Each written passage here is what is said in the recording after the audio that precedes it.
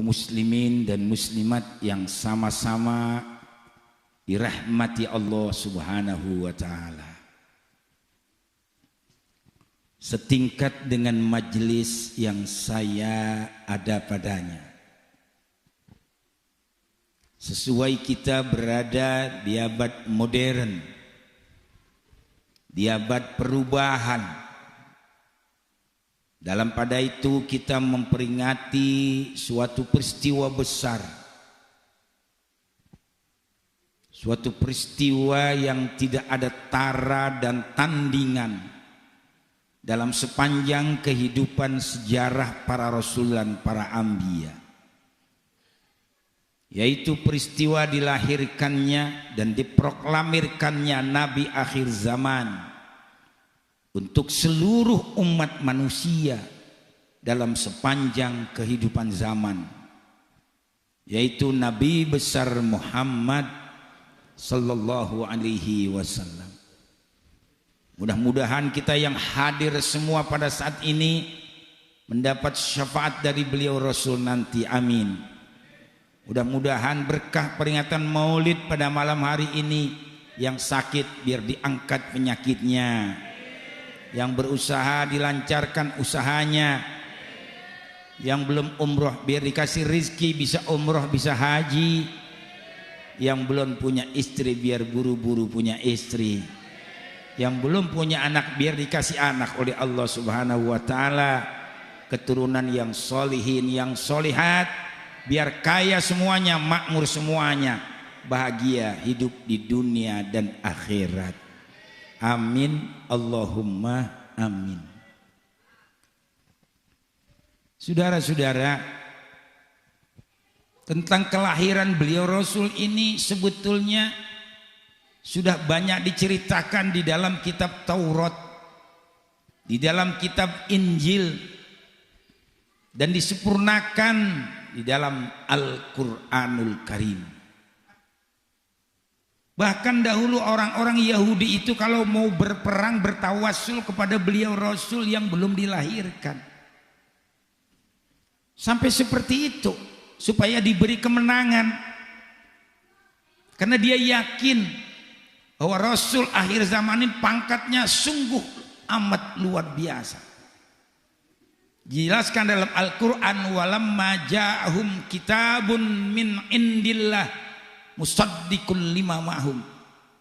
Tatkala datang kepada mereka yaitu Al-Quran yang membenarkan apa yang ada pada mereka. Wa kanu min qablu yastaftihuna 'alal ladzina kafaru walamma ja'ahum ma arafu kafaru bihi falaknatullahi 'alal kafirin.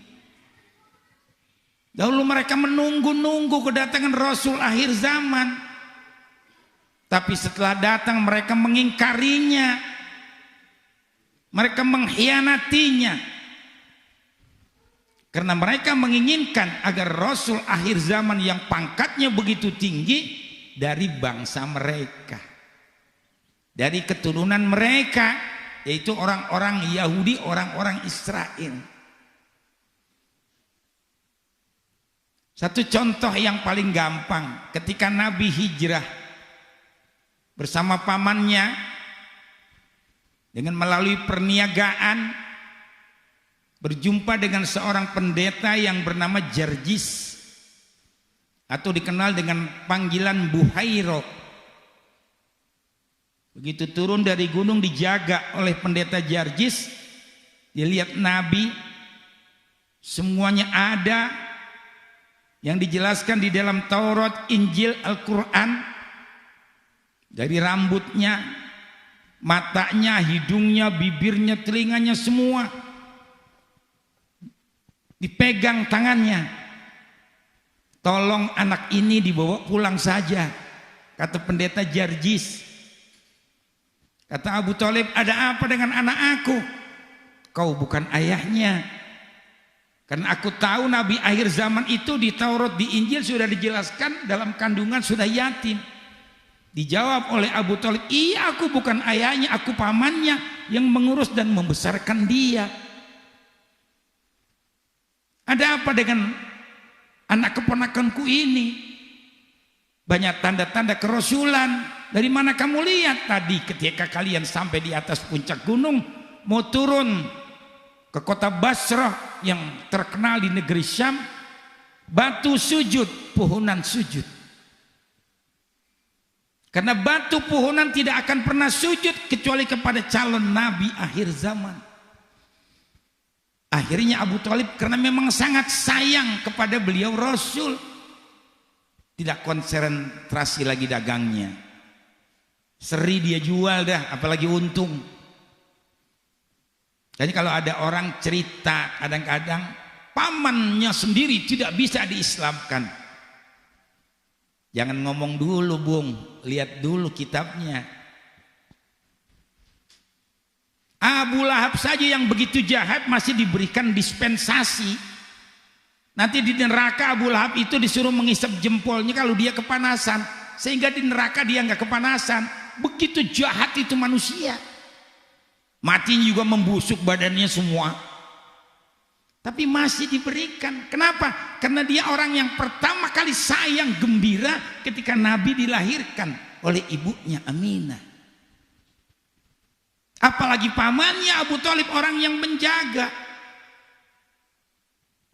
Waktu Nabi diperintahkan oleh Allah untuk menyampaikan Al-Quran, dakwah Islamiyah, kata Abu Thalib, hai anak saudaraku, jangan kau teruskan perkara ini, perjuangan ini berbahaya buat engkau, berbahaya buat pengikut engkau, berbahaya juga buat aku sudah tua. Apa kata Nabi sama pamannya? Ya ammi, hai pamanku, law wada'ta syamsa ala yamini wal qamar ala yasari ala an atruka hadzal amr ma taraktuhu. Jika seandainya kau berikan matahari di tangan kanan, bulan di tangan kiri sebagai ganti untuk meninggalkan perkara ini, niscaya tidak akan aku tinggalkan. Apakah aku Muhammad yang hancur, Islam yang hancur? Ya enggak. Selagi Allah tidak murka kepada aku, kemana saja perjalanan ini akan aku teruskan. Maka kata pamannya Abu Thalib, kalau sudah begitu tekad kamu, keyakinan kamu, teruskan, saya tetap menjadi pembela kamu. Ada cerita seperti itu dikuatkan oleh tafsir Ibnu Abbas, ya, sahabat Nabi yang alim, Abdullah bin Abbas, dan dia mendapat doa dari beliau Rasul ketika Nabi disanggra. Kalau dulu namanya sanggra, hijamah bahasa Arabnya, kalau sekarang bekam. Bapak saya juga dulu pernah disanggra, dibelek leher belakang, dikeluarkan darah hitamnya, itu sunnah. Kalau sudah 40 tahun. Begitu Nabi disanggra, saudara sekalian, dibelek, dikeluarkan darahnya, diminum oleh Abdullah bin Abbas. Begitu ditanya, mana ya gulam darahnya? Sudah aku minum ya Rasul. Apa kata Nabi? Karena darahku sudah masuk ke dalam tubuhmu. Allahumma faqihu fiddin. Ya Allah, berilah kepahaman yang dalam kepada Abdullah bin Abbas tentang masalah agama. Makanya yang lain tidak bisa mentafsirkan alif lam mim, hanya Abdullah bin Abbas. Alif Allah, lam Jibril, mim Nabi Muhammad sallallahu alaihi wasallam. Artinya Al-Quran dari Allah kepada beliau Rasul dengan perantaraan malaikat Jibril alaihissalam. Nah, beliau menjelaskan dalam tafsirnya, Islamnya Abu Thalib seperti Islamnya Ashabul Kahfi.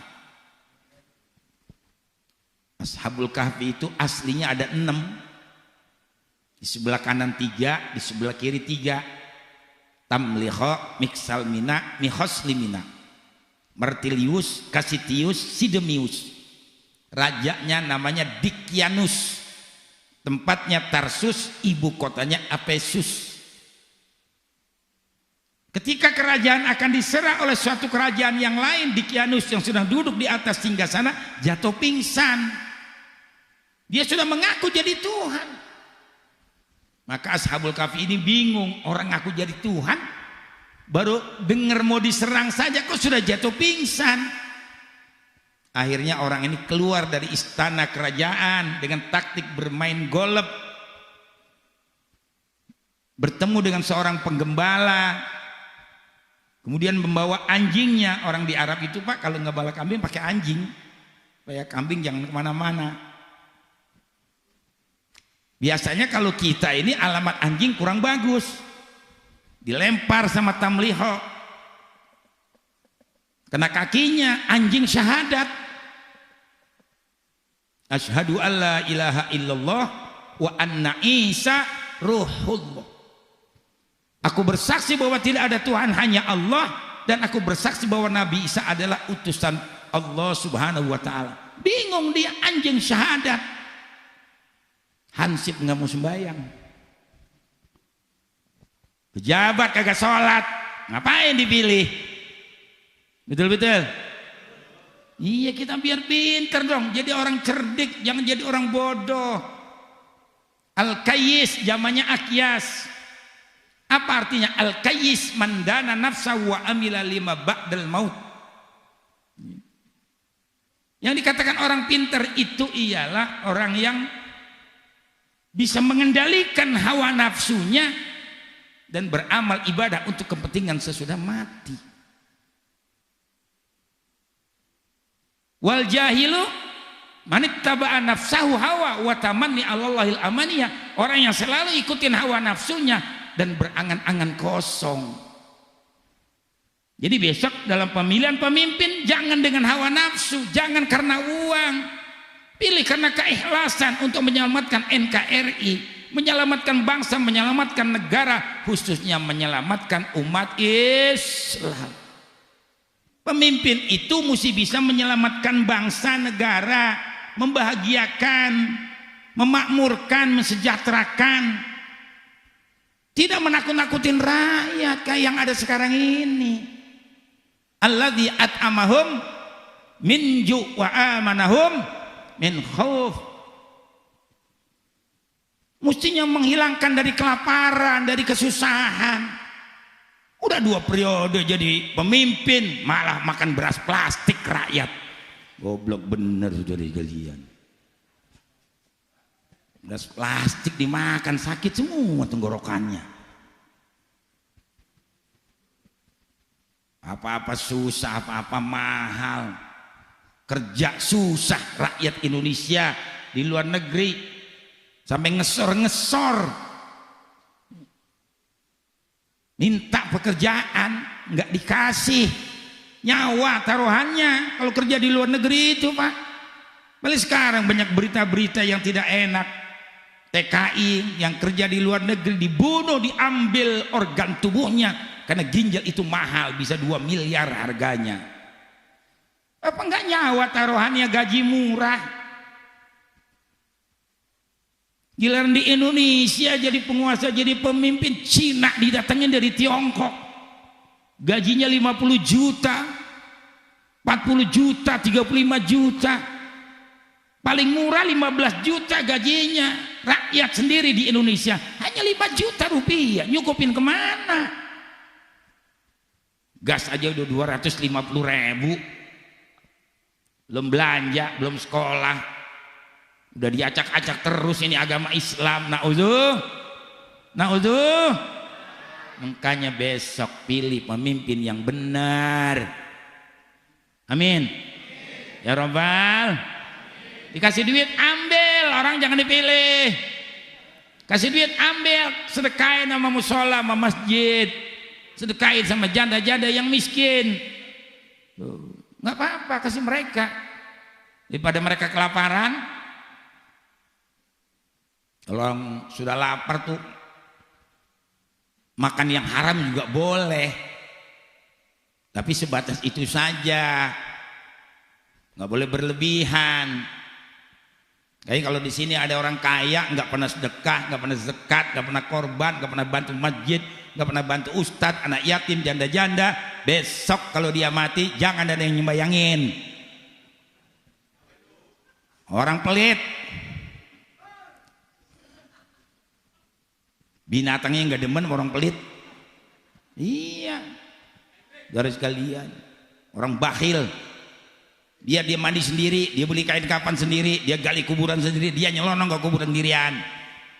Jangan ada yang datang nyelawat, jangan ada yang gotong mayitnya. Emang dia bisa hidup sendirian? Nggak bisa, saudara sekalian. Al insan madaniyun bit tab'i, manusia itu makhluk sosial. nggak bisa hidup sendirian. Ustadz di sini bisa ngajar kitab, tapi kan nggak bisa bikin profil cakep kayak begitu. Ada tukang yang ahlinya, betul-betul. Iya, di sini banyak orang kaya, saudara sekalian, kelihatan dari musolanya bagus, banyak orang kaya, tapi kan dia nggak bisa juga sound system kayak begini, biar suaranya bagus, nggak ngaung. Kan begitu saudara sekalian. Nah, ini kan bagus semuanya, alhamdulillah. Mudah-mudahan orangnya bagus semuanya. Nah, biar pada kaya, biar pada makmur, biar pada haji dan umroh saudara sekalian. Amin Allahumma. Nikmatin kekayaan yang Allah kasih. Bikin jas yang bagus, beli sarung yang bagus gitu. Keren. Saya belajar dulu sama Mu'alim saya di Klender Tanah 80. Buya, saya lihat udah tua keren terus. Sobalnya keren, belajar dari dia saya lihatin. Jasnya putih, mobil Mercy. Orang udah tua saudara sekalian. Cakep Mu'alim saya itu Pak, Klender Tanah 80. Apa dia bilang? Abu Hanifah, kalau kita kemana-mana orang pasti lihat pakaian kita dulu. Pakaiannya keren, pakaiannya bagus. Kan gitu saudara sekalian. Duit miliaran. Baju di kaki 5 dibeli, la ilaha illallah. Jangan ya. Saya dulu ke Gontor pakai celana buntung ya. 6 tahun masih ada semua tuh, kaos dalam, pakaian dalam semua kebawa pulang lagi. Nah susah orang tua. Westel paling kecil orang-orang 60.000, saya 10.000. Saya tanya paling kecil teman saya 30.000, saya 10.000, pas-pasan, nggak bisa beli apa-apa. Munjid nggak kuat beli, bidayah nggak kuat beli, kitab-kitab yang lain nggak kuat beli. Tapi saya sholat tahajud, sholat tasbih di kamar, minta kepada Allah biar tamat aja. Kalau tamat tuh ada berkahnya. Alhamdulillah saya dikasih tamat 6 tahun. Saya ngaji lagi sama habaib, sama kiai, jadi mubalik. Sekarang kita nikmatin, pakai sarung yang mahal. Ini sih belum seberapa mahal sebetulnya. Ada lagi yang lebih mahal, saudara sekalian. Ya enggak. Jubah, saudara sekalian bikin yang rapi, yang bagus. Baju kemeja aja saya kalau jahit baju Pak di Atam Tailor, Pondok Indah, jahitnya aja 1.300.000 jahitnya doang. Gimana bahannya lain lagi. Maaf bukan sombong, mensyukuri apa yang Allah Ta'ala berikan. Kita nikmatin. Dulu pakai hijet 1.000 mogok melulu, ganti carry, alhamdulillah mendingan. Pengen yang ada palanya, jaga-jaga, bisa beli kijam, alhamdulillah, terus nikmat. Lama-lama pakai Corolla, lama-lama pakai BMW, bosen pakai BMW, sekarang gue pakai Mercy. Begitu orang Betawi, keren. Jangan jual warisan melulu sorry kalian.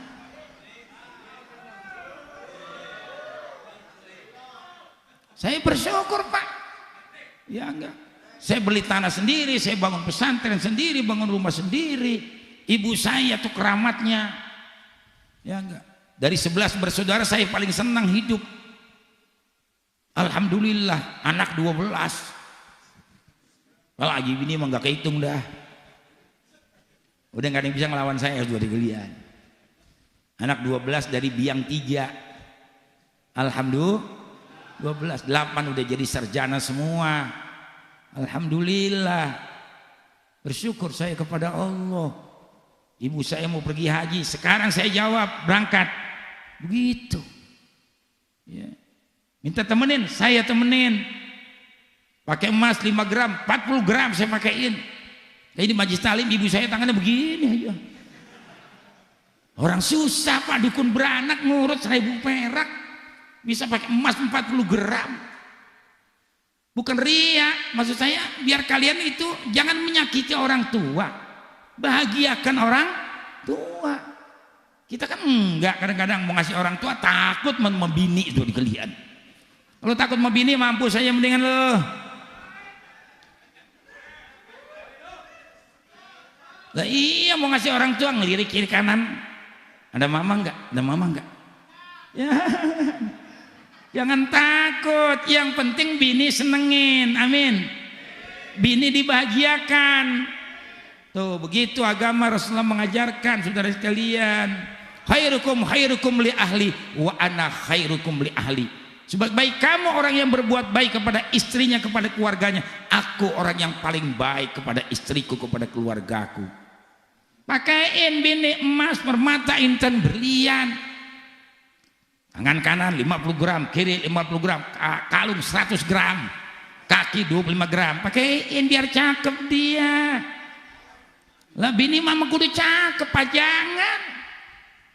Kalau orang laki bininya cakep, laki jadi ikut cakep. Coba kalau bininya jelek. Nah jelek, dasar somplak. Lanak robek, kutang kreditnya 7. Sakan sambil jalan ngapuk-ngapuk. Bini siapa sih itu? Ya Allah, bininya Hansip merendah. Jelek. Bininya merebut Majid itu makali. Ya jangan sampai begitu. Kayak bini biar cakep. Ya enggak, nyak wanginya beliin yang mahal, yang bagus. Wanita itu pajangan, wanita itu dunia. Tuh, jelas wanita semua sama, ingin dicinta, ingin dimanja, butuh perhatian, butuh perlindungan dari orang yang paling tersayang. Emang begitu. Nyanyi boleh, siapa yang bilang nyanyi haram? Kagak, sama aja sama selawat. Memang selawat tingkatnya lebih tinggi. Tapi kalau lagu-lagu Oma Irama juga nada dan dakwah, sumbernya Quran dan hadis. Peringatan Maulid ini kan hampir ada itu lagu yang dinyanyikan. Ya enggak? Cukup banyak sudah nabinya yang diturunkan ke dunia untuk menyampaikan risalah pada seluruh manusia. Belum sampaikah ke telinga kabar tentang negeri yang baka, negeri tempat tujuan kita ke surga atau neraka. Manusia, banyak manusia. Nyanyi makanya boleh, hiburan. Tentang ustadz, masjid ngaji, musola ngaji, majlis taklim ngaji, di rumah ngaji, di mana-mana ngaji, stres Paul. Ngaji terus kerja. Biar ada hiburan kita, biar ada hiburan. Agak perlu hiburan kita ini. Ya, joget aja kagak haram hukumnya. Siapa yang bilang joget haram? Ayo debat sama gua.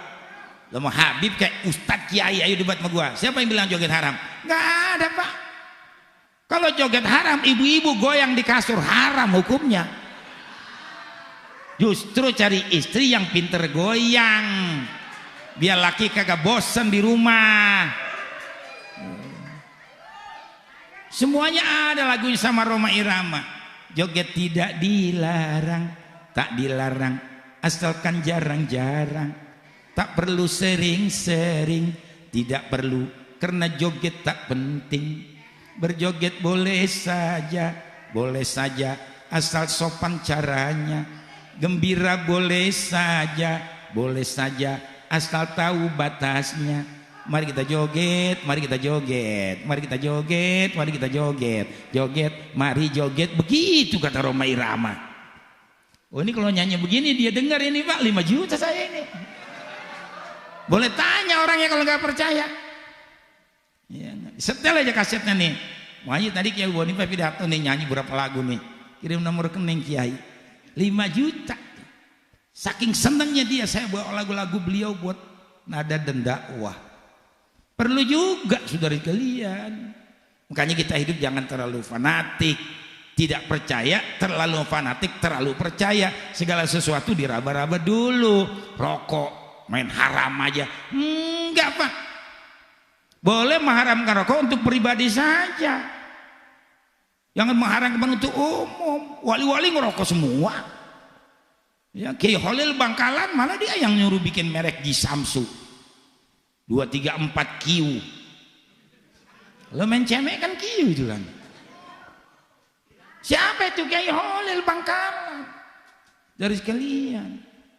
Habib Abdullah, kakeknya Habib Hud, guru saya, ngerokok. Ya enggak. Waktu di Kuitang lagi melinting rokok, ada Habib pidato. Ya rokok kencingnya setan, kencingnya iblis, segala macam tuh Habib pidato dah. Ada yang bilang, Bib, rokoknya diumpetin dulu. Enggak enak tuh Habib lagi ngantemin rokok. Biarin aja, dia belum tahu nikmatnya rokok gitu. Ada saya di sebelahnya Pak, orang saya ngaji sama dia, saya nuntun beliau. Habib Abdullah orang yang nggak pernah balas jelek sama orang. Dari sekalian, Mu'alim Syafi'i Azami, guru kita di Jakarta, orang kenal semua. Dia kalau mau baca kitab ngerokok dulu. 3 batang baru selesai baca kitab. Ya enggak. Bisa 10 kitab dia bahas sama dia. Beliau memang kalau untuk pidato kurang ahli, makanya waktu di rumah beliau maulid, saya yang pidato disuruh sama beliau. Tuh Mu'alim Syafi'i Azami tetap menghargai orang yang lebih muda kalau dia punya keahlian. Buya Dumyati Cidahu Pandeglang, waliullah, bisa minta hujan, bisa nyingkirin hujan. Ditanya juga, Buya memang rokok itu haram? Siapa yang bilang? Begitu kata dia. Orang yang mengharamkan rokok akidahnya belum dalam. Apa urusannya rokok sama akidah? Rokok itu ada di akidah, baca sifat 20. Wujud kidam bako, begitu. Kata Abu Yadumyati, lo yang ngomong itu bukan saya. Minum.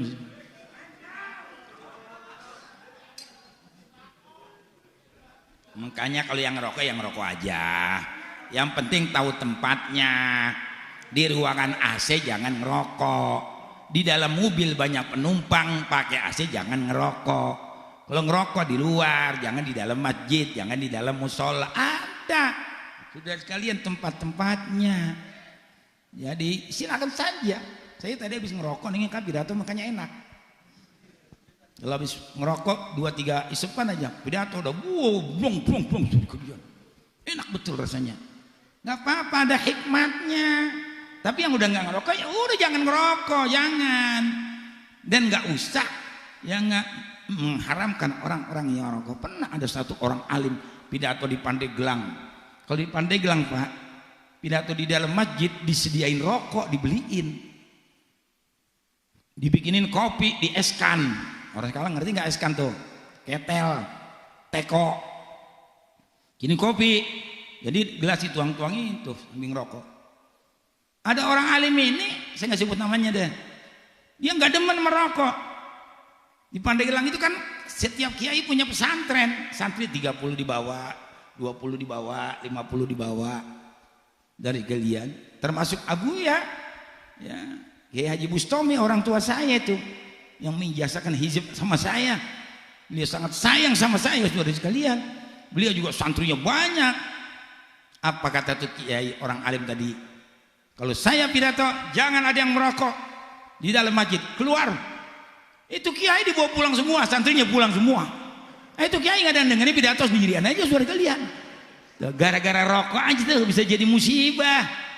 Makanya dari kalian ya artinya hati-hatilah kalau kita masuk ke kampung orang kita mesti tahu adat orang di sana saudari kalian ya, jangan asal gobleh, jangan asal bicara, jangan. Semuanya masing-masing punya tata krama, punya adat istiadat. Hanya kita ngaji dulu ya, ambillah yang tengah-tengah yang enak tuh. Islam ini gampang kok, nggak ada harga mati dalam Islam. Cuman kitanya yang penting alim, ngaji gitu. Kembali kepada apa yang saya berikan dari sekalian. Jadi memang orang kalau sudah nggak suka itu yang bagus jadi jelek. Kalau orang suka lain lagi.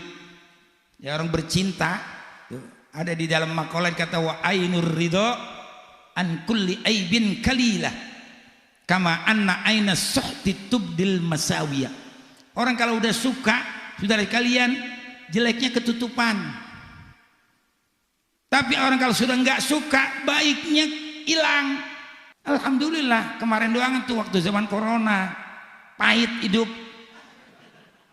Corona buka kolor demi nona. Nggak ada tuh corona tuh bohong buat kalian, jangan dengerin. Ya itu produksi Xi Jinping dari Tiongkok, Cina yang kerjasama dengan oligarki di Indonesia. Bagaimana caranya rakyat ini supaya pada mati begitu? disebar dulu racun sama dia. Begitu masuk rumah sakit dikasih obat pengental darah, nyesek, mati. Enggaknya ustadz, tokoh masuk rumah sakit nggak ada yang lama, 2 hari mati, 2 hari mati, 2 hari mati. Ali Jaber meninggal, Ibu Rozi meninggal, ya, Tengku Zulkarnain meninggal. Orang seger buger semua itu. Saya tahunya dari mana? Teman saya di Bekasi, di pengusaha split dan pasir. Jadi sakitnya cuma meriang-meriang dikit, dibawa ke rumah sakit. Badannya gemuk, jadi kurus. Ya enggak, di rumah sakit yang ngasih obat mesti suster, nggak boleh orang lain. Yang minumin mesti suster. Terus begitu. Ya, akhirnya dia minta pulang. Saya nggak kuat, saya mau pulang. Kalau nggak dikasih pulang, saya lompat dari lantai 4 ke bawah. Orang masih ada sekarang tuh kalau dipercaya. Akhirnya rumah sakit ketakutan, orang nekat ini. Ya enggak. Saya nggak kasih pulang, saya lompat dari lantai 4 saya ke bawah, itu dia. Diurus dari jam 2 sampai jam 8 malam baru selesai izinnya. Ya enggak. Apa kata dokter? Memang Pak Haji bukan rezeki saya. Begitu saudara-saudara. Berarti kan benar, memang dibayar. Setiap orang yang bisa matikan tokoh pemimpin, bayarannya mahal, 250 juta dan lain sebagainya. Bukan berita hoax. Saudara-saudara, saya juga sakit waktu itu, ya karena nggak keluar, nggak pidato. Kiai kan biasa pidato, kalau nggak pidato sakit. Ya, Kiai Abdullah Syafi dulu seminggu aja nggak pidato, sakit dia ngeringkuk. Karena biasa pidato keluar keringat. Kalau saya banyak lagi, udah nggak pidato, dari sekalian sakit, undangan dibatalin.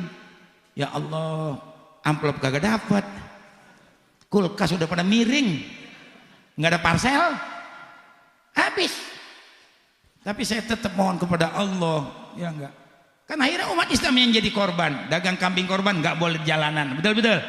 Motong sapi korban nggak boleh di dekat masjid, saudara sekalian. Orang sholat tarawih nggak boleh ditutup masjid, sembahyang Idul Fitri ditutup masjid. Itu baru si Encek dulu tuh jadi gubernur, si Ahok. Gimana besok PKI yang jadi pemimpin di Indonesia? Mau jadi apa kita ini? Enggaknya besok harga mati, saudara sekalian. Pilihan jatuh satu saja ya buat calon kita, Anies Abdul Rashid Baswedan. Ada yang sakit hati, lu telepon gua. Ini malam gua kerjain. Dia nggak miring, besok lu potong kuping gua sudah kerjaan. Ya, bener-bener Pak, saya punya hizib lebih dari santet sudah kalian. Banyak orang yang tetangga saya ini pada mati banyak banget sudah. Sakarat 2 minggu nggak mati-mati, minta air sama saya mati. Ya. Ada seminggu sakarat nggak mati-mati, bikinin air mati. Begitu. Alhamdulillah. Kemarin terakhir saya pergi haji dari Dr. Saifullah Sekda. Ya enggak, tahun 2019 jamaah saya ada yang sakarat, udah 70 tahun lebih usianya.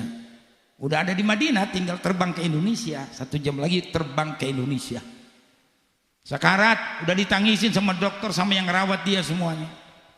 Ya, akhirnya tanya, "Man yatakalam Arabiyah?" Saya bilang, "Ana atakalam Arabiyah." "Ayu syai'in ya dokter?" "Ta'al huna." Ya enggak? Hadzal rajul labud ayyadkhul ilal mustasfa. Ini orang mesti masuk ke rumah sakit. Mamnu rujuk ila Indonesia, tidak boleh dibawa pulang ke Indonesia. Isbir ya dokter, an atakalam awalan. Saya bilangin begitu. Itulah pentingnya kita bisa bahasa. Udah, saya nggak ngomong sama Pak Haji Tonton nih Pak, udah 70 tahun lebih usianya. Saya pegang dadanya, saya baca itu saudari sekalian, hizib dari Abu Bustami Cisantri. Memang dia ijazahnya buat apa saja kiai bisa insya Allah. Saya ngomong 5 menit sudah sadar dia. Ini bukan cerita dongeng. Saya tanya Pak Haji, bagaimana keadaan sekarang? Lebih enak sekarang apa lebih enak tadi? Lebih enak sekarang kiai, lega, saya enteng rasanya. Sudah begitu. Dokter, ya, takalam tu ma'au min jadid, saya baru bicara dengan dia. Wa yaqul al-an ahsan min awal. Khalas, mafi muskilah, irji ila Indonesia. Saya bilang apa? Waktu didoain nama saya itu, saya mohon ya Rob, kau panjangkan usia orang ini karena anaknya, cucunya udah nunggu di Pondok Gede, udah 43 hari, masa tinggal pulang doang dia mati? Kesian kan saudaranya. Doa saya dikabulkan oleh Allah Subhanahu wa taala. Alhamdulillah hidup. Sampai di rumah 2 minggu akhirnya mati-mati juga sih. Ya orang udah tua. Emang saya mintanya sampai pulang doang. Saya mintanya cuma sampai pulang doang. Kesian saudaranya, anaknya semua. Itulah saya bersyukur kepada Allah. Kalau mau dibayar, berapa itu ilmu? Ya enggak. Makanya sampai sekarang saya apa enggak pernah maksiat. Enggak ada saya kerjakan maksiat. Saya enggak punya utang. Saya enggak pernah sakit hati sama saudara, tetangga, siapa aja, andai tolan. Kalau ada teman saya maju, keren, alhamdulillah. Ya, ada teman saya senang, alhamdulillah. Ganti mobil, saya senang, alhamdulillah. Ya Rabb, mudah-mudahan kau bisa berikan seperti ini kepada aku, gitu sama doanya. Nggak ada hati hasud. Yang kita boleh hasud sama orang diberikan ilmunya bermanfaat, boleh dengki. Gue pengen kayak Ustadz Fauzi, ya enggak. Alim, enak, ya enggak. Biar gue juga punya ilmu seperti dia, manfaat, gitu. Gue pengen kayak Ustadz Mulyadi, suaranya bagus, baca Qurannya enak, ya enggak. Mudah-mudahan anak gua besok biar jadi kori, gitu Pak. Ya enggak. Buang sifat hasud.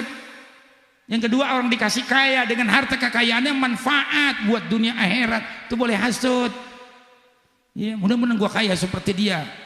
Gua tingkat ini musola, gua tingkat ini masjid tuh. Begitu kita dianjurkan. Jangan punya hati kotor. Tangga saudara kaya, katain piara tuyul. Tangga ganti gonta ganti mobil, dia mau ngepet kerjaannya, pantas saja. Jangan buang yang begitu. Saya emang nggak punya perasaan seperti itu. Saya punya hasud, dengki, cuman satu. Kalau ada aki-aki 80 tahun, bininya 20 tahun, tuh gue ngiri sama dia, saudara kalian. Apa combongnya dia tuh? Loh iya dong, kita mesti ngiri sama yang begitu.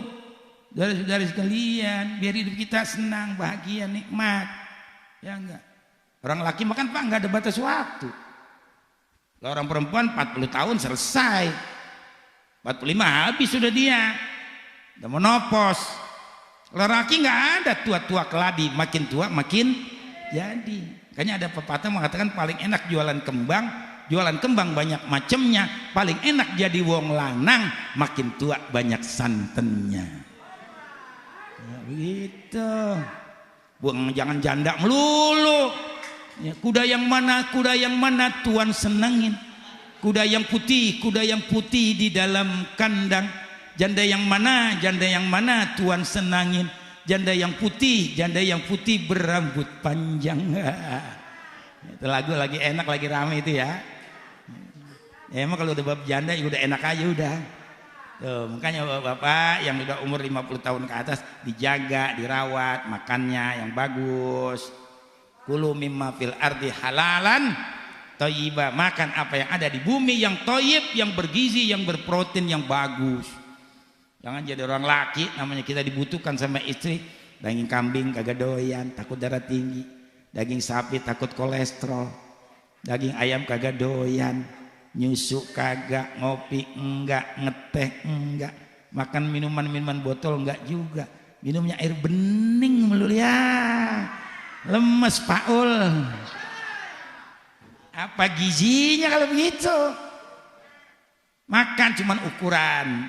Ya, saya punya penyakit asam urat, sembuhnya berobat ke dokter Stephen situ, ya sebelah Senen itu sebelah sebelah menara Imperium itu seberang sini mau arah ke Gatot Subroto dari perempatan lampu merah lewat dikit itu ada klinik Silman. Itu saya datang ke sana ditanya sama dokter, kenapa ini Pak Haji kaki bengkak nggak bisa jalan, badan pada sakit. Ya enggak, katanya asam urat. Enggak salah, ini asam urat. Suntik mau enggak? Mau aja udah dokter, yang penting sembuh. Sakit dikit tahan udah, pokoknya udah. Ya enggak. Dari sekalian di belakang nih Pak disuntikin P20 suntikan, jos leher ini pada kaku suntik semuanya, kaki ini lembagan sakit disuntik, jos wah ngebet luar biasa. Udah nggak apa-apa, sakit sedikit, masuk ke ruangan periksa nggak pakai kursi roda, keluar pakai kursi roda, ngebet sakit nggak apa-apa, naik mobil nanti pulang minum obat, rendam pakai es, besok pagi Pak Haji bisa nyupir. Begitu kata dia. Bener Pak, minum obat, rendam pakai es, tidur, saya istirahat, pagi-pagi bisa bawa mobil langsung ke Subang, undangan. Alhamdulillah. Tuh, cuman sesudah itu beliau bilang sama saya, makan dikurang-kurangin. Ya nggak boleh makan emping kalau semurat tuh Pak. Jeroan jangan dimakan lagi dah, biar diupain jadi makan udah. Duren jangan dimakan, kacang-kacangnya kurangin aja dikit-dikit, bayam segala macam tuh. Nah saya sekarang makan satenya boleh dokter, boleh. Biasanya berapa Kiai? Bisa 30. Kebanyakan. Umur udah 65 waktu itu. Kebanyakan. Ya, 20 jangan juga, 10 kurang dari 10. Jadi kalau makan sate sekarang saya beli 15, istri saya 8, saya 7. Ya kalau bisa 5 tusuk apa-apa. Saya praktekin, memang kan nasihat yang mesti didengar dokter sama ulama. Dari sekalian, steak juga kalau mau makan steak dibakar sampai matang. Karena yang kurang matang itu yang bikin jadi asam urat, yang bikin jadi sakit kaki. Sampai sekarang nggak kenal lagi, alhamdulillah. Saudara-saudara sekalian, malah penyakit urat yang ada alhamdulillah. Urat si otong. Kan bininya muda sekarang bini saya. Saya 68, bini saya 35. Alhamdulillah. Makanya yang kurang-kurang keren datang ke rumah saya. Saya dikasih jamunya, nggak usah malu, gengsi-gengsi. Nggak usah. Ya enggak, diurut dulu nih sendi-sendinya, diurutin. Ya enggak, dan minum jamu tuh dari sekalian. Cuman setengah jam udah reaksinya bagus, udah tuh si koboi kenceng, digantungin ember gua gak bakal jatuh tuh dia. Gitu. Nah, lah emangnya mau kemana lagi kita? Zinalina subus syahwat minan nisa, dia sebagai laki-laki ialah untuk bersenang-senang dengan perempuan. Makanya jangan jadi duda lama-lama. Jadi bego kalau jadi duda lama-lama. Jalan bengong sono, bengong sini, nunduk, jangan. Kalau punya bini jadi semangat. Semangat nyari duit, semangat bekerja, semangat berjalan. Jangan, orang laki mah nggak bagus Pak menduda. Kecuali emang udah ngampleh banget, ada banyak penyakit tuh ngampleh, jangan dah. Kalau masih gagah, masih segar, cari istri. Anak wajib hormatin orang tua, biayain hidup. Jangan, makanya tadi sebenarnya cari duit biar banyak, orang tua hormatin. Kalau kita kasih orang tua, langsung Allah Ta'ala ganti. Kita sedekah sama guru, langsung Allah Ta'ala ganti. Tuh kehebatan guru. Hanya Nabi waktu ditanya saja kenapa sama sahabat, ya Rasul doakan saya biar kehidupan saya berkah, maju, kaya. Apa kata Nabi? Kau punya bapak? Punya. Kau punya ibu? Punya. Minta sama ibu kamu. Kepada siapa lagi ya Rasul? Minta kepada ibu kamu. Kepada siapa lagi ya Rasul? Minta kepada ibu kamu. Doa ibumu dikabulkan Tuhan dan kutukannya jadi kenyataan. Teloleng. Lu diem aja, apa suara lu jelek berisik lagi. Itu saudara sekalian, ya enggak, ridho ilahi karena ridhonya, murka ilahi karena murkanya. Teloleng, gitu ya. Rhoma Irama itu kalau lagunya enak semua, apa dari Quran semua, orang-orangnya pakai selawat, orangnya pakai wudhu. Lihat tuh, satu-satunya artis yang soleh ya dia. Ya enggak, makanya umurnya paling panjang. Pemain soneta semua sudah meninggal, yang aslinya tinggal satu, Rhoma Irama. Saya banyolin waktu pidato di depan dia. Kenapa Bang Haji umurnya panjang? Karena Bang Haji nggak bersih benar. Bingung dia. Wah, Kiai ngomong asal gobleh aja gitu kalau bikinnya ya. Ya enggak. Memang kita Pak, kalau kita terlalu bersih, kita cepat mati. Nah Allah sayang sama kita. Mumpung lu nggak punya dosa, udah gue matiin. Tuh. Makanya kalau pengen panjang umur, kotorin dikit, nggak apa-apa. Bukan main judi, bukan mabuk, bukan main perempuan. Kayak Rhoma Irama begitu.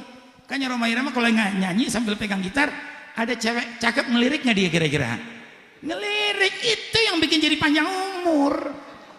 Tuh, semangat saudara sekalian, ketawa dia. Ya bisa aja katanya. Emang begitu Bang Haji saya bilangin. Saya juga sama, kalau ngeliat yang cakep, saya nggak pernah bosan sampai gini hari. Ya cuma sekarang bini saya muda, saya bilang sama saya, udah lagu, nggak usah takut loh. Bilangin, ya enggak, gua nggak bakal kawin lagi deh. Ya, udah lu penting ngerawatin gua yang benar. Ya enggak, perabotan lu jaga biar rapi, makan nyatur biar rapi gitu. Alhamdulillah. Kayaknya bapak-bapak yang kurang jago, ngobrol sama saya yang tadi rumah. Nggak usah malu, mintain nomor HP-nya, telepon Kiai saya mau ke rumah, iya sekali antar saya urut dikit, saya pencet dikit, nah saya kasih jamu dah, cakep banget itu si koboi, gitu. Cuman setengah jam rapi dari kalian, insya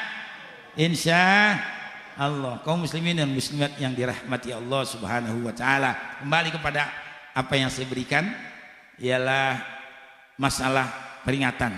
Yang kedua, tanda bukti irhas ketika Nabi berziarah ke Syam yang kedua kalinya umur 20 tahun bersama dengan Maisarah, orangnya Siti Khadijah. Orangnya Siti Khadijah, Maisarah bukan perempuan, laki-laki. Begitu sampai di kota Basrah, kota yang terkenal di Syam, ada seorang pendeta yang bernama pendeta Masturoh. Kata pendeta Masturoh, karena dia sudah kenal dengan Maisarah, hai Maisarah, mana orang yang bersama dengan engkau tadi? Dia sedang istirahat duduk di bawah pohon. Setahu aku, kata pendeta Masturoh, Nabi Isa pernah berbicara nanti tidak ada satu manusia yang berani duduk di bawah pohon itu, karena siapa yang duduk di situ pulangnya mati, kecuali calon Nabi akhir zaman. Dapat satu lama dia. Dia tanya lagi sama Maisarah, dari mana itu orang? Siapa namanya? Namanya Muhammad. Dari tanah haram Mekah. Nggak salah. Ya, sudah aku baca dalam Taurat dan Injil. Dalam perjanjian lama juga diceritakan Tuhan datang dari gunung Tursina, terbit di gunung Sir, gemerlapan cahayanya di gunung Paran. Ya, Tursina tempat Nabi Musa alaihissalam mendapat wahyu. Gunung Sir tempat Nabi Isa alaihissalam mendapat wahyu. Gunung Paran itu di sebelah Ka'bah, boleh dibuktikan, dilihat, dicari. Ya enggak. Jadi bergemerlapan sinar cahayanya di Gunung Paran di sebelah Ka'bah. Berarti jelas Nabi itu dilahirkan di tanah Mekah, di tanah haram. Ini kitab Injil perjanjian lama. Makanya bilang tadi, Yahudi Nasrani sudah tahu bakal kelahiran Nabi akhir zaman, tapi karena dia memang sudah tidak suka masalahnya, dia kepengen dari bangsa mereka, jadi Nabi dijelekin, Islam dijelekin. Itu tadi, wa ainir ridho an kulli aibin kalilah kama anna aina suhti tubdil masawiyah. Kalau orang sudah benci, yang bagus pun jadi jelek. Saya pernah ceramah di Cilengsi, perkawinan. Begitu ceramah hampir 2 jam, dulu masih muda-mudaan. Selesai pengantin laki datang sama saya. Assalamualaikum Kiai, saya pengantinnya. Hah? Tinggal dasi doang, mau baju putih, jas sudah dicopot. Bilang ganteng bener lu, saya bilang. Tinggi 170 lebih, jadi tentara masuk lu. Dedek badannya. Ya enggak keren dah, begitu pengantin keren, kulitnya bening. Bini lu yang mana? Tuh yang duduk di bangku, udah buka baju Kiai. Saya panggil lagi, sini. Lu nggak salah milih bini, saya kata gitu. Namanya kenapa Kiai? Lalu ganteng kayak begini tuh bini lu nggak lihat? Kenapa Kiai? Itu giginya gimana? Tahu gimana? Gigi mancung. Jadi lakinya ganteng, bininya tonggos giginya. Lu nggak salah nyari bini kayak begitu? Enggak Kiai, orang saya demen metonggosnya begitu sudah kalian. Susah kan, itu yang dikatakan wa ainur ridho. Saudara-saudara, kayak siapa namanya, Eli Sugigi, kan nggak mau dibenerin giginya bikin hari, karena dia bawa mujur tuh gigi, yang giginya tonggos mar ke depan gitu Pak. Kalau ciuman mau dia kena gigi dulu itu baru dikelihat. Sampai gini hari nggak mau itu giginya dirapiin, karena itu banyak dia. Sekarang kan canggih, gigi bisa dirapiin, yang tonggos ke depan yang bagaimana juga bisa rapi. Yang sekarang ini Masya Allah teknologi luar biasa, yang penting punya duit. Itu artis apa nggak dirobos semua tuh, si anak-anaknya tuh dari sekalian yang kawin sama si Atta Halilintar. Iya itu udah robohan semua, jenggot, muka, pipi semua, robohan semua. Ya enggak. Teknologi canggih, kalau untuk suami nggak apa-apa. Kita juga kalau suami memang untuk berhias buat istri nggak ada masalah. Ya enggak. Orang perang saja disuruh semir rambut. Baca kitab Syiarus Salikin. Kenapa sahabat Nabi kalau mau pergi berperang disemir semua rambutnya? Supaya nanti musuh lihat orang Islam masih muda-muda. Tuh. Makanya tidak haram nyemir rambut. Kalau biasa-biasa cuma makruh saja. Kalau mau perang malah sunnah. Dari sekalian supaya nanti musuh lihat orang Islam gagah-gagah. Coba kalau orang Islam tentaranya rambutnya ubanan semuanya, hah? Udah aki-aki semua kita jorokin jatuh ini orang kan begitu. Dari sekalian, jadi itu Nabi yang suruh. Dari sekalian, boleh saja tajamul kita ini, ya memperbaiki diri sendiri dengan cara apa saudara sekalian, selagi itu tidak diharamkan oleh Allah dan oleh beliau Rasul, ya enggak. Jadi kita makanya ngaji sama ulama, ini musola udah baik, ngaji ustadznya dihormatin, ustadznya dihargain. Itu musola cakep kayak gini ngajar, paling jelek 500.000, paling jelek banget udah itu. Kalau khutbah Jumat udah mesti di atas 500, ya enggak. Kalau saya sejarah sekalian dibayar 700 saya nggak mau, saya khutbah Jumat. Saya mau khutbahnya keren, di atas 1 juta baru saya datang khutbah. Kalau enggak saya nggak datang. Tadi di Induk, orang penuh keren khutbah saya. Dari sekian langsung diajak makan sama ketua Bapengkar, beliin rokok, jalan pulang, besok dia mau datang ke rumah bawain anggur. Lu udah khutbah gitu dengan suara lantang. Alhamdulillah, saudara-saudara gitu Pak. Jangan alhamdulillah. Usikum ibadallah wa iyaya nafsi bitaqwallah la'allakum tuflihun. Tidur semua yang di tiang bertembok ngantuk. Makanya kasih transportnya gedean dikit, semangat dia. Ya enggak. Kalau khutbahnya dikasih 700.000, alhamdulillah saudara-saudara 700.000.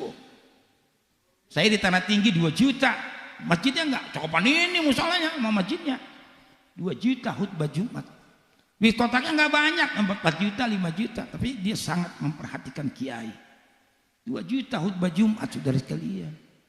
Tuh, ustadz dihargain. Ustadz tuh barang antik, barang langkah. Enggak gampang orang jadi mubaligh jadi ustadz. Dari saudara sekalian, sekolahnya berapa tahun nih? Dulu ibtidaiyah 6 tahun, gontor 6 tahun, saya kuliah 4 tahun.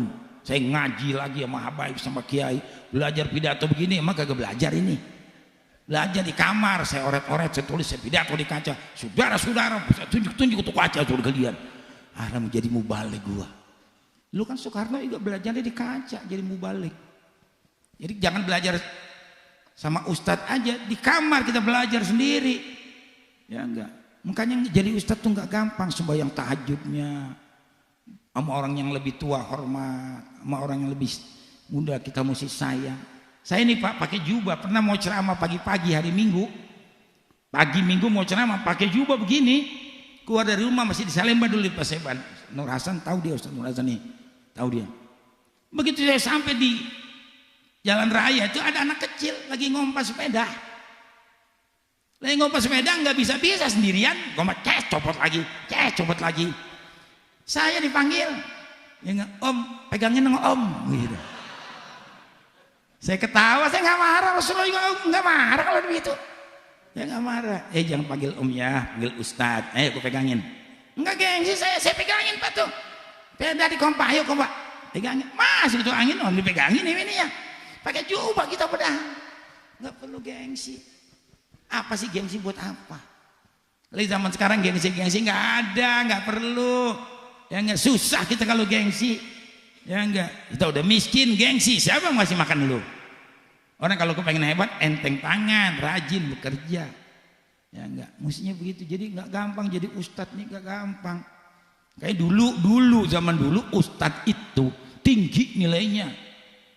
Saya aja pulang dari Gontor, berapa orang kaya mau beli saya? Berapa sih abu kitabnya di Gontor 6 tahun? Berapa biaya semuanya gue bayar? Asal nikah sama anak gue. Allahu Akbar. Padahal enak banget itu padahal ya. Nggak keluar duit, punya bini, rumah ada, madrasah ada. Nggak berani saya kawin sama orang kaya. Saya belum bisa nyari duit, belum jadi orang saya pikir. Datang lagi orang terkenal tuh Haji Sarmili di Pasar Rebo, paling kaya se-Jakarta Timur. Habis azan di masjid, suara saya melengking. Saya langsung dipanggil ke rumah, suruh makan. Ya Allah tuh makanan nikmat semuanya. Anaknya atu-atu suruh gantiin, bawain air lain, bawa nasi lain, bawa sayur air lain. Lu pilih tuh anak gua satu yang mana. Gak berani saya pakain orang kaya. Dari sekalian. Takut saya nggak berani. Karena saya belum bisa cari duit. Begitu dulu ustadznya mahal. Ya enggak.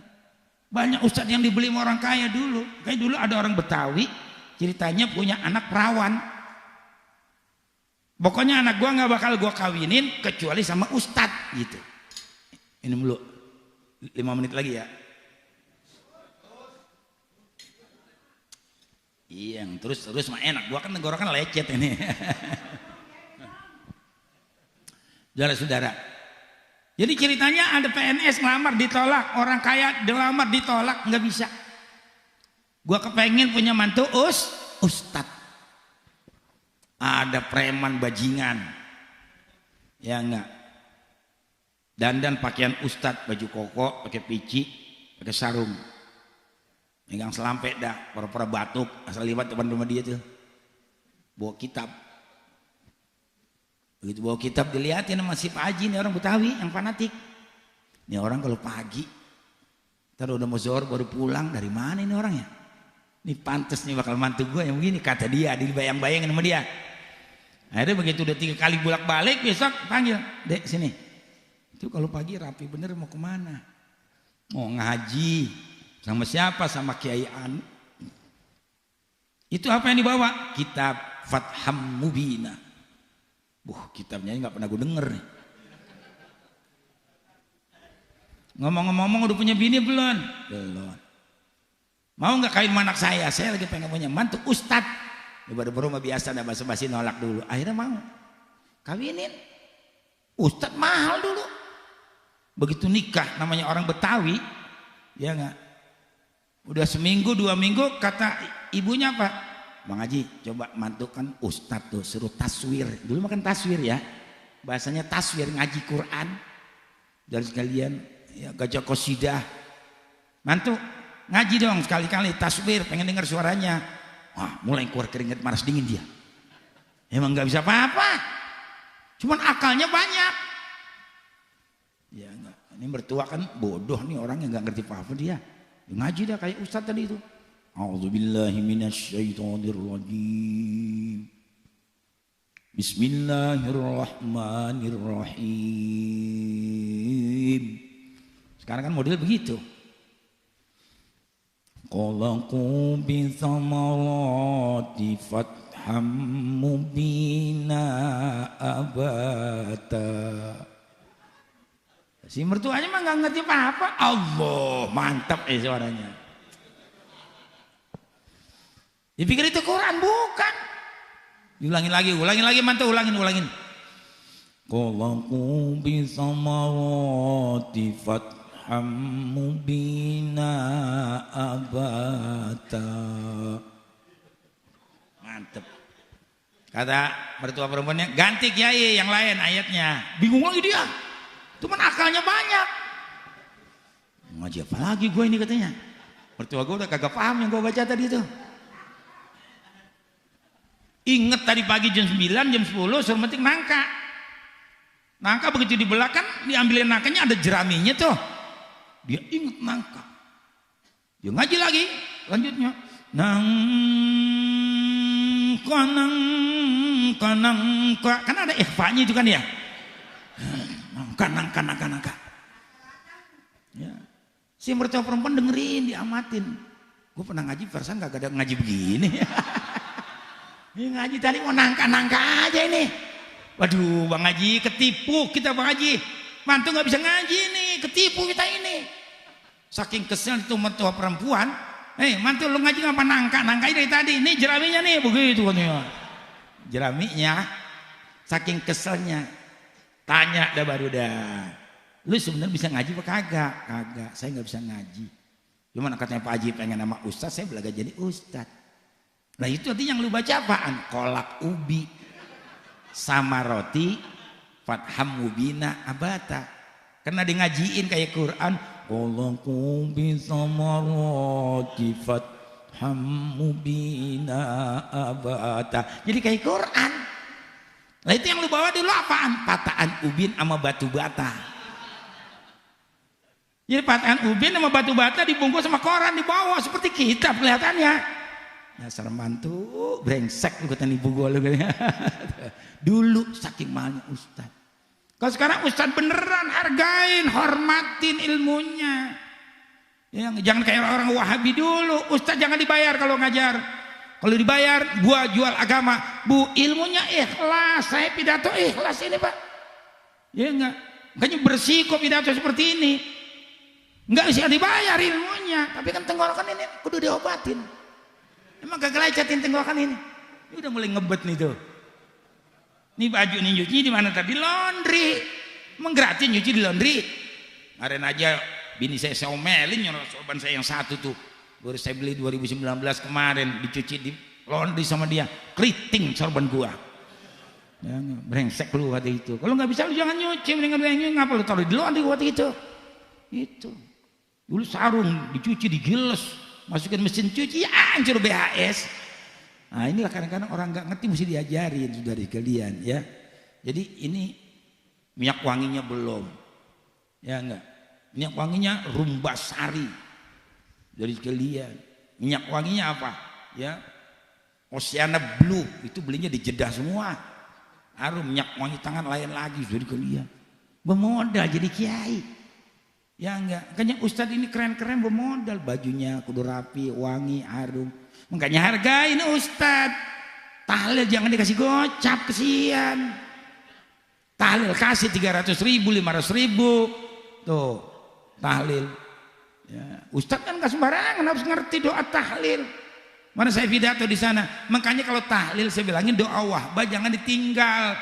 Apa doa wahbah itu? Hadiah. Allahumma ij'al wa ausil wa taqabbal thawaba ma qara'nahu minal Qur'anil azim wa ma halalna min la ilaha illallah. Terus hadiyatan minna wasilah summa ila ruh. Baru ini semua yang dibaca Yasin, tahlil, Quran dihadiahkan buat yang meninggal dunia. Supaya apa? Andai kata dia amalnya udah banyak, tambah amal ibadahnya. Andai kata dia amalnya kurang, bisa menutupi kekurangannya. Itulah kita ahlus sunnah wal jamaah. Jangan dikit-dikit ngomong tahlil bid'ah, nggak nyampe. Emang lu yang nyampein? Iya, handphone saja ke luar negeri sampai. Dari sekalian, Nabi pernah bicara sama orang yang meninggal dunia. Nabi waktu perang di Badar, umat Islam mendapatkan kemenangan karena dibantu oleh tentara malaikat dan jin. Ya enggak, begitu mereka sudah mati dimasukkan ke dalam lubang, apa kata Nabi? Ya ahlal qalib, ya Utbah bin Rabi'ah, ya Syaibah bin Rabi'ah, ya Umayyah bin Khalaf, ya Amr bin Hisham, hal wajadtum mawadakum rabbukum haqqo. Apakah kalian sudah mendapatkan apa yang dijanjikan oleh Tuhan-Tuhan kalian, Lata, Uzza, Manat dan lain sebagainya? Nabi ngomong kayak begitu, sahabat bingung diem. Kok Nabi ngomong sama orang udah jadi bangke, udah mati diajak ngomong? Heran sahabat. Qalal muslimun atunadi qauman qad jifu. Rasul, kenapa kau bicara dengan mereka yang sudah jadi bangkai? Memangnya mereka mendengar? Mereka lebih mendengar. Memangnya mereka melihat? Mereka lebih melihat. Kalau Habib Salim bin Jinan mengatakan, kita dengan orang yang meninggal dunia seperti kita melihat apa yang ada dalam gelas.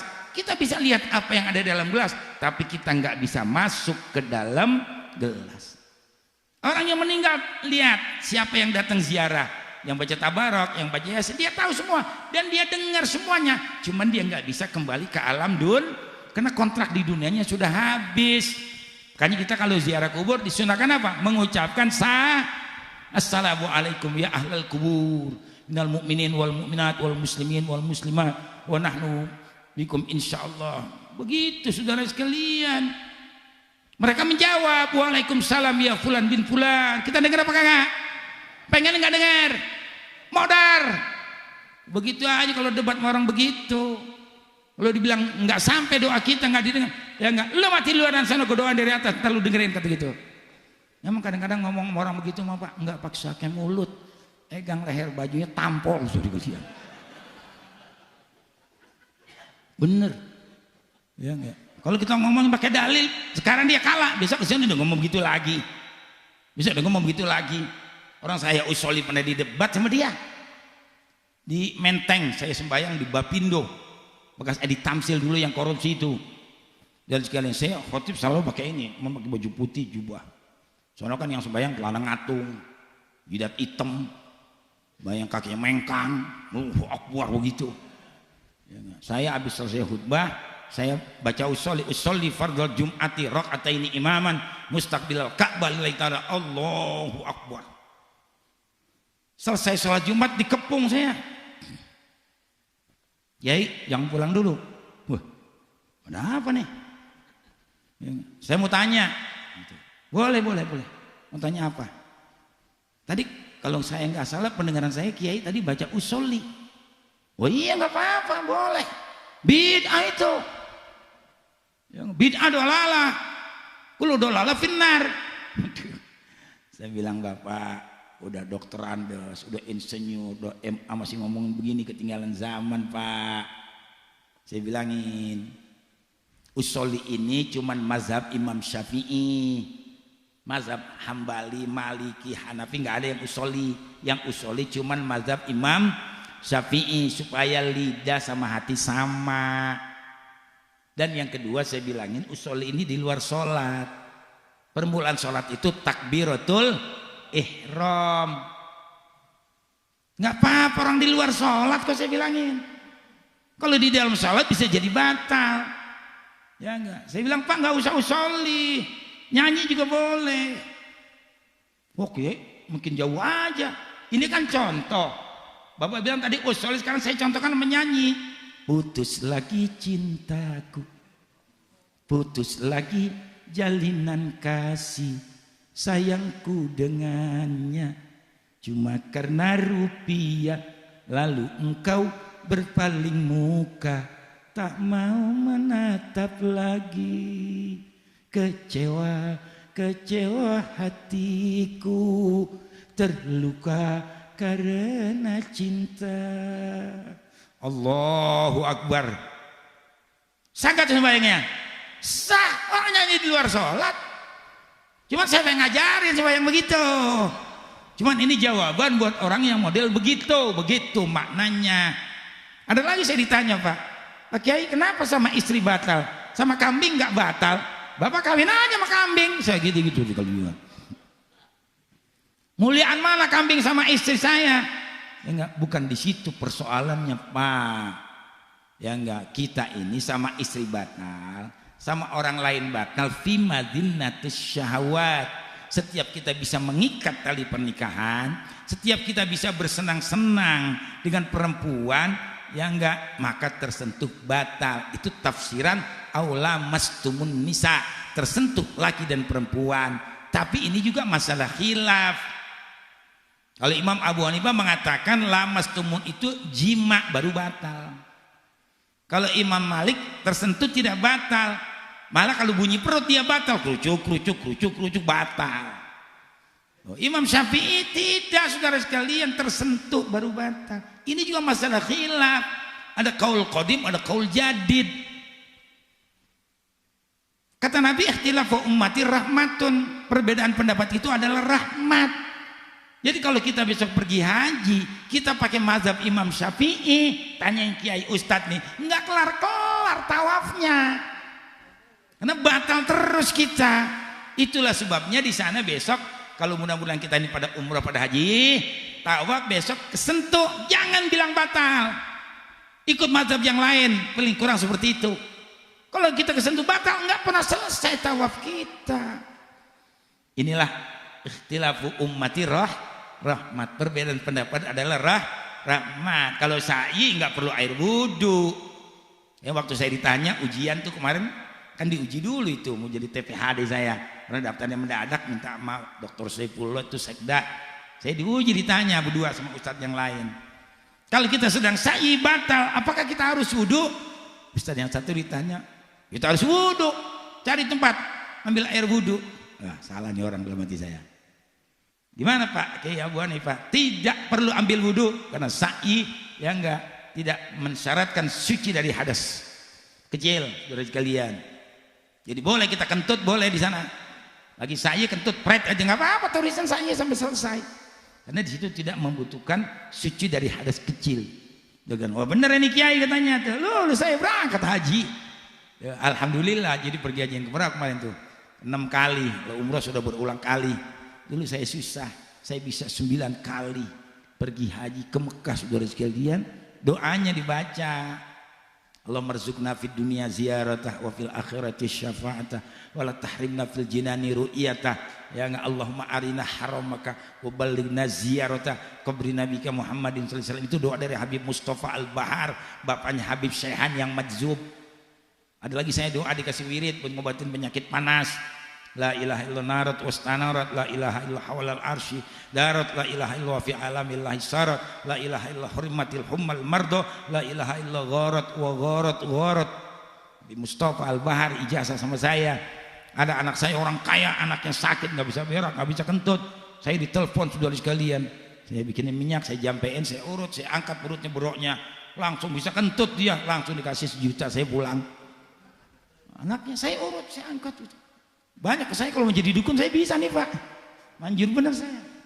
Hizib dari Abu Bustami itu, ya nggak. Bismillahirrahmanirrahim asma, Bismillahirrahmanirrahim la yadru ma'asmida haya ain sot, itu dibaca 4 kali, mohon kepada Allah apa yang kita minta semua dikasih.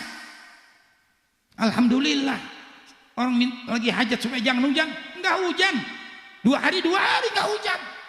Dari sekalian, waktu dia ngundang saya berapa kiai transportnya? 7,5 aja. Bang Haji Roma Irama 32,5, jadi 40 genap. Karena dia sama saya nazar ngundang Roma, ngundang saya. Begitu saya ke rumahnya, saya mohonkan doa supaya enggak hujan, enggak enak ngundang Roma hujan. Dan dia juga nggak nerima kondangan, dipotongin kebo. Pokoknya datang semua makan. Bukan saya nggak perlu duit, saya nazar. Kalau ngundang Roma Abu Hanifah datang, enggak perlu kondangan sama saya, makan aja di rumah. Alhamdulillah enggak hujan, ditambah lagi 2,5 jadi 10. Alhamdulillah. Gitu saudara sekalian, tahu sini gue tambahin apa kagak nih sama Ustadz Yudi. Mudah-mudahan ya enggak, biar rezekinya pada banyak semuanya, amin ya Rabbal. Yang terakhir saudara sekalian, jadi musola kita udah cakep, pengajiannya bagus, mari generasi muda ngaji ya, datang ke sini baca kitab, bawa pulpen, bawa buku. Kata Imam Al-Ghazali begitu ya enggak. Jadi al-kitabatus saydun, al-ilmu saydun wal kitabatu qaiduha qayyid siyudaka bil hibalil wathiqah faminal hamakati antasida ghazalatan wa tatruku wa bainal khalaiqit taliqatan. Jadi kalau orang pintar itu memburu kijang, habis dapat dia ikat gitu. Orang pintar kalau ngaji dia catat supaya enggak lupa. Bawa pulpen, bawa buku, catat. Kalau perlu ada yang kurang jelas tanya lagi tuh guru, nanti biar sempurna. Nanti baru lihat kitabnya. Ya enggak. Ustaz gampang kok baca. Ya yas'alunaka madza yunfikun. Lagi pertanyaan. Yas'alunaka, ada bahasa Arab. Kau mau tanya apa, ada semua dijawab di situ. Ada 40 masalah agama gampang, karangan Sirajuddin Abbas. Itu berdebat sama pastor. Ada lagi yang lebih luas lagi saya baca, saya beli bukunya. Karangan Mu'alim Syafi'i Azami Tawdihul Adillah. Itu ada pengambilan kitab-kitabnya buat perbandingan saja. Ya enggak, saya baca lagi sejarah yang 8 jilid sudah sekalian. Pengambilan kitabnya ada, makanya saya baca sejarah nggak bakal salah kalau saya menjelaskan sejarah, karena saya hafal dan saya baca, saya mengerti. Ya enggak. Nah, kalau mau pidato baca Rabbi shrah li sadri, baca Allahumma inna nas'alukal futu wal munu, baca tawassul, minta kepada Allah, nggak bakal salah kita khutbah. Kan banyak orang tanya, Kiai apa sih ilmunya? Oh, khutbah nggak pernah salah, nggak pernah terpeliun. Tawassul, minta kepada Allah yang punya ilmu, yang punya ilmu kan Allah Subhanahu wa taala, minta kepada Allah. Ya insya Allah 20 menit kita bisa mengolah pidato saudara sekalian. Jadi mari sholatnya disiarkan, amin. Jadi kalau sholat sama orang alim pahalanya besar. Saudara ngaji sama orang alim pahalanya besar.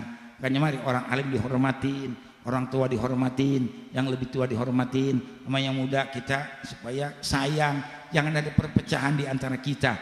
Termasuk besok mau pemilihan presiden, jangan ada perpecahan, jangan mau diiming-iming, jangan mau dipancing-pancing, jangan mau. Kalau kita takut udah diam aja mendingan. Lu mau pilih siapa? Nggak usah tanya, itu rahasia, gitu aja udah. Selesaikan urusan. Saya ditanya dulu sama Tito, dipanggil saya. Waktu Prabowo sama si Jokowi, Pak Kiai sudah lama saya dengar namanya. Cuman saya baru ini ketemu. Saya pakai jubah datang ke Kapolri. Kiai saya mau tanya, kira-kira pilih siapa? Oh, saya di tengah-tengah aja bang. Saya nyelamatin rakyat aja, umat Islam. Gitu. Selesai. Ya enggak. Suruh makan, pulang diongkosin segala macam. Jadi Tito kenal sekali sama saya itu pak. Pernah juga saya ditangkap. Mau masuk ke jalan layang kan tuh, MBJ. Diuber saya sama polisi. Saya kalau mimpi kan suka pengen ngebut aja bawaannya.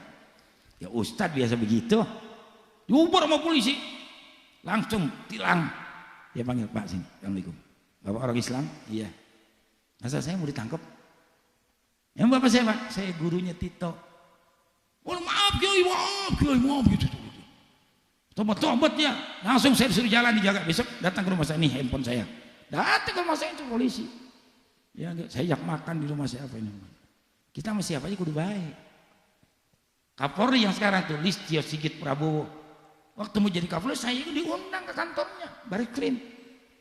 Pak Kiai doain saya sudah cukup begini aja sebetulnya. Kalau saya jadi Kapolri nanti saya bagus nggak ada yang muji, saya jelek diomongin orang, ya enggak. Bagaimana Pak Kiai? Niat Pak Jenderal bagus, insya Allah jadi Kapolri. Selamatkan Indonesia, selamatkan umat Islam, satukan bangsa. Saya bilang saya nggak baca doa begini, dia kan Kristen agamanya. Sekarang saya lagi doain biar dia masuk Islam. Berapa kali saya ditangkap di Jakarta, di Kerawang, di Purwakarta, dia panggil polisi. Bapak masih mau tangkap saya? Emang siapa Kiai? Saya sahabatnya Sigit, dia jadi Kapolri, saya doain nih. Maaf jangan. Jadi berteman sama siapa aja. Yang penting kita baik, dia baik. Alhamdulillah. Preman temenin, gak apa-apa. Bagi rokok, bagi duit. Gitu. Ya enggak? Kalau kita berteman sama orang baik, insya Allah kita jadi baik. Nah, saudara-saudara kalian, inilah yang bisa saya sampaikan. Mudah-mudahan kita semuanya diangkat derajatnya oleh Allah Subhanahu wa taala. Mudah-mudahan kita dikasih kaya semuanya. Kita bersyukur, kita nikmatin untuk beribadah kepada Allah. Pesan saya satu, udah gitu aja. Besok pokoknya semuanya yang dengerin pidato saya nggak usah pilih yang mana. Semuanya bagus, cuman pilih Anies Baswedan jadi presiden. Ingat loh, ingat sumpah gua. Lo milih yang lain, yang nggak umur lu pendek kecuali kalian. Ya. Bismillahirrahmanirrahim. Alhamdulillahirabbil alamin. Allahumma shalli ala sayyidina Muhammad wa ala ali sayyidina Muhammad. Allahumma hdina fi man hadait wa afina fi man afait wa tawallana fi man tawallait wa barik lana fi ma a'tait wa qina bi rahmatika syarra ma qadait. Allahumma a'izzal islam wal muslimin wansurna wal muslimin wa ahlikil kafarata wal mubtadi'ata wal musyrikin wasyuyu'in wassiniyin wal munafikin wal israiliyin a'da'aka a'da'din. Allahumma sallimna wal muslimin. Allahumma kshif annal waba wal ghala wal bala wat ta'un wal fitana ma la yaksifu ghairuh. Rabbana atina fid dunya hasanah wa fil akhirati hasanah wa qina adzabannar. Wa sallallahu alaihi wasallam Muhammadin nabiyil ummi wa alihi wasallam. Walhamdulillahi rabbil alamin. Inilah yang bisa saya berikan, mudah-mudahan ada manfaatnya. Wassalamualaikum warahmatullahi